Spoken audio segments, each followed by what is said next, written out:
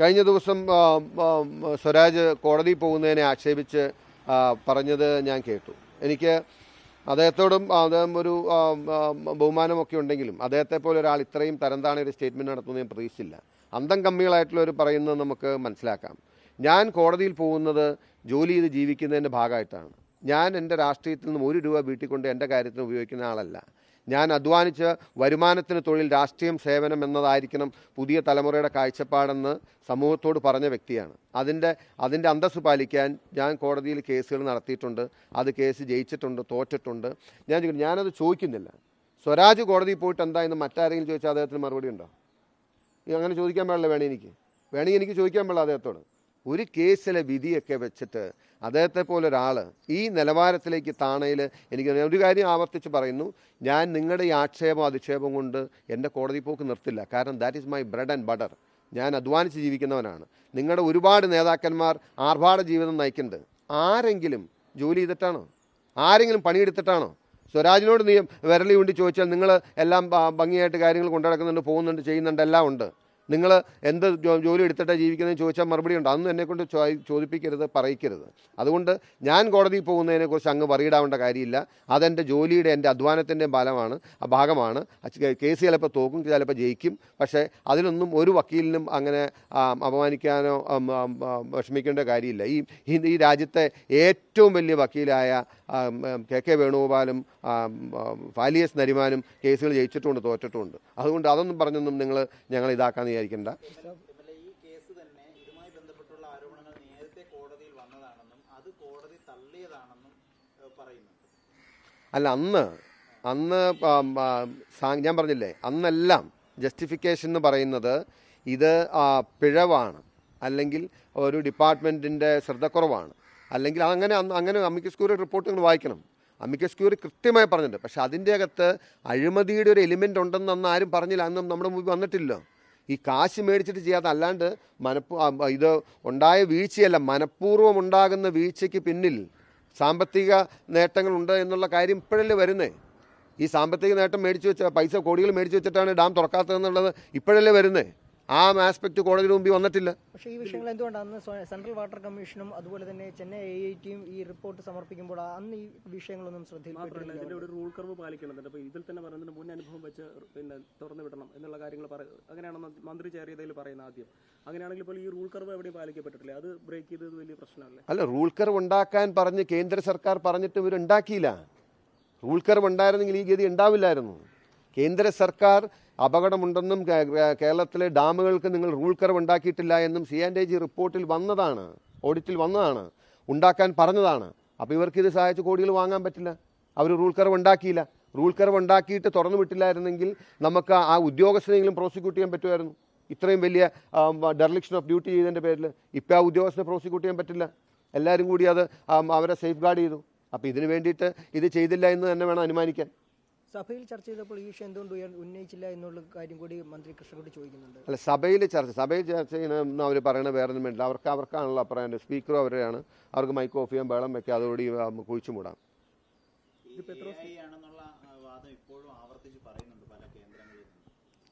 ആണെങ്കിൽ അതിനെതിരെ നടപടി എടുക്കട്ടെ.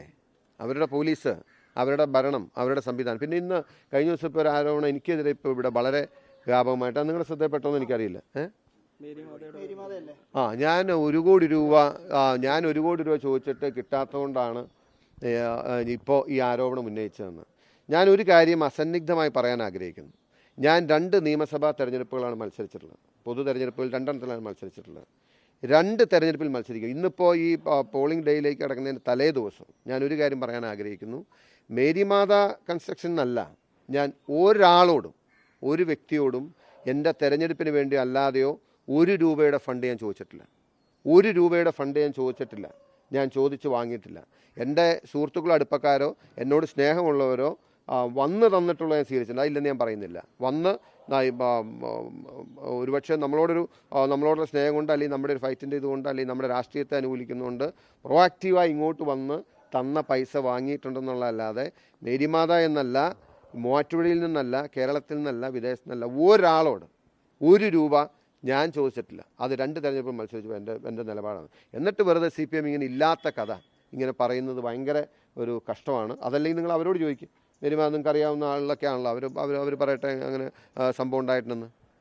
എനിക്ക് കോൺഫിഡൻ്റായി പറയാൻ പറ്റും, ഞാൻ ഒരാളെയും വിളിച്ച് ₹1 ഞാൻ ആവശ്യപ്പെട്ടിട്ടില്ല തെരഞ്ഞെടുപ്പ്. അല്ല, ഇത് യഥാർത്ഥത്തിൽ കേരളത്തിലെ ജനങ്ങൾ മനസ്സിലാക്കേണ്ടത്, ഇതുപോലുള്ള ധാരാളം അഴിമതികളും കൊള്ളയും കേരളത്തിൽ നടന്ന് നമുക്കിത് അടുത്തൊരു സ്റ്റെപ്പ് പ്രൂവ് ചെയ്യണമെന്നുണ്ടെങ്കിൽ ആർജവമുള്ളൊരു ഗവൺമെൻറ് അധികാരത്തിൽ വരണം. ആർജവമുള്ളൊരു ഗവൺമെൻറ്റിനെ കൊണ്ടുവന്നാൽ ഇതല്ല, ഇതുപോലെ ഒരുപാട് അഴിമതി കഥകൾ പുറത്തു കൊണ്ടുവരാനും തെളിവുകൾ ശേഖരിക്കാനും നിയമത്തിന് മുമ്പിൽ കൊണ്ടുവരാനും ഈ അഴിമതിക്കാരെയും കൊള്ളക്കാരെയും കയ്യാമം വെച്ച് കേരളത്തിൻ്റെ മുമ്പിലൂടെ കൊണ്ടുപോകാനും കഴിയും. അതിനൊരു സർക്കാർ അധികാരത്തിൽ വരണം, ഒരു ജനകീയ സർക്കാർ അധികാരത്തിൽ വരണം, ആർജവും ഇച്ഛാശക്തിയുമുള്ള ഒരു സർക്കാർ അധികാരത്തിൽ വരണം. അതാണ് ഇതിൻ്റെ മാർഗം. ഓൾറെഡി ഉത്തരവാദിത്തപ്പെട്ട മുതിർന്ന നേതാക്കന്മാർ അത് പറഞ്ഞു കഴിഞ്ഞു. എനിക്ക് സന്തോഷം തോന്നി. UDF വന്നാൽ ഈ വിഷയമടക്കം അഴിമതി വിഷയങ്ങളിൽ വിട്ടുവീഴ്ചയില്ലാത്ത അന്വേഷണവും നടപടിയും ഉണ്ടാകുമെന്ന് ഉത്തരവാദിത്തപ്പെട്ട നേതാക്കന്മാർ, ബഹുമാനായ ഏറ്റവും ഉന്നതനായ KC വേണുഗോപാൽ തന്നെ അദ്ദേഹം പറഞ്ഞിട്ടുണ്ട്. അപ്പോൾ അതുകൊണ്ട് ആ കാര്യത്തിൽ വലിയ കോൺഫിഡൻസും സന്തോഷവും ആത്മവിശ്വാസവും എനിക്കുണ്ട്. ഒരു കാര്യം കൂടെ, നേരത്തെ ഒരുപാട് ആരോപണങ്ങൾ ഉന്നയിച്ചു, നിയമപോരാട്ടം നടത്തിയാണ്. അതും ഇതും തമ്മിൽ ഡയറക്റ്റ് കണക്ഷൻ ഉണ്ടെന്ന് ഈ സമയത്ത് അല്ലെങ്കിൽ ഈ ഡോക്യുമെന്റ് കയ്യിൽ കിട്ടുമ്പോൾ താങ്കൾക്ക് തോന്നുന്നുണ്ട്? അല്ല, ഉണ്ട്, തീർച്ചയായിട്ടും ഉണ്ട്. കാരണം ഞാൻ പറഞ്ഞപ്പോൾ ഞാൻ ഒറ്റയ്ക്കായിരുന്നല്ലോ.